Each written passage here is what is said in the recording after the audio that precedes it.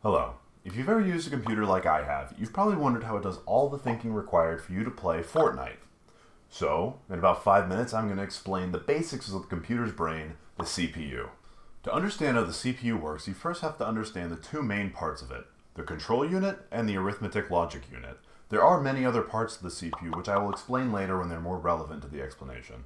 The control unit is the part that is responsible for directing information and instructions from the computer to the CPU, telling the ALU what to do, and then sending the results back to the computer. The ALU, on the other hand, is what handles the thinking part of the CPU, such as basic arithmetic, logical operations, basic comparisons, and shifting bits of information around. Now that you have some basic color on these parts, I'm going to walk you through what happens between your computer and the CPU when you're running a program. The first thing that happens is the control unit grabs the instruction the CPU needs to execute from the RAM. This is called the fetch step and involves three things happening. First, the memory address of the instruction is calculated using a value stored in a tiny piece of memory called the instruction pointer. Then the control unit grabs the binary instruction at that address and stores it on a tiny memory device on the CPU called the instruction register. The next thing the CPU does is decode the instruction that was fetched. This, creatively, is called the decode step. In this step, the control unit breaks down the binary code in the instruction to determine the actions the ALU will need to take in order to execute it. This involves identifying the data that the operations will be performed on and classifying which capabilities the ALU will need to be used to actually operate on them. Finally, the CPU executes the decoded instruction during the, you guessed it, execute step. This step starts with the control unit grabbing all the data and addresses it identified during the decode step and feeding them to the ALU to execute the operations on. To understand how these instructions are executed, you first need to understand what logic gates are. Logic gates are the building blocks of all computer-based thinking. The basic gates take one or two binary inputs and produce a binary output. The basic gates are the AND gate, which takes two inputs and will only produce a 1 or a true if both of the inputs are 1. The OR gate, which takes two inputs and will output a 1 if at least one of the inputs is 1. The XOR gate, or the exclusive OR. This gate takes two inputs and will only produce a 1 if only one of the inputs is a 1. And finally, the NOT gate, which will produce the opposite of whatever input is fed into it. So a 0 would produce a 1, and a 1 would produce a 0. In modern CPUs, millions of these gates are stacked to perform more relatively complex operations such as addition, subtraction, multiplication, and division. I will explain how these are done in a separate video, as this is a diagram of what's required to add to a maximum of 15. I'm also going to link some articles in the description that help me understand them better, but for the sake of timeliness, I'm going to move on. Using these large combinations of gates, the ALU executes the instructions fed to it by the control unit, drawing on data stored in the CPU's mini memory devices called the registers.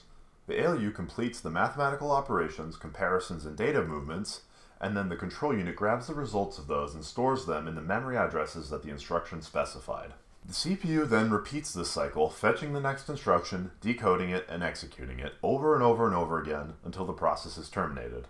Here's a quick demonstration of what that looks like. I think I'll play some Counter-Strike. Huh? Just launched Counter-Strike? Okay, I'll go grab that from RAM. Counter-Strike. How do I know which one was the first instruction? Thank you. I'm just gonna, take this.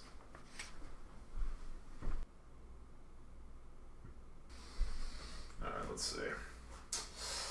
Yeah, the ALU's not gonna get any of this. Yo, instruction register. Can you hold this? I gotta decode it. God, I gotta do everything around here. Okay, what do we got here?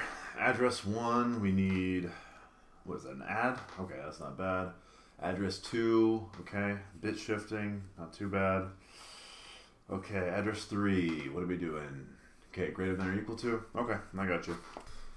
Alright, seems like all the data we need to do all this is here. We got here.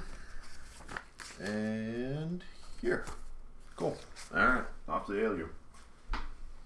Okay, instructions here, data's here. Oh, thank you. Don't thank me, your wife's been DMing me. You know that.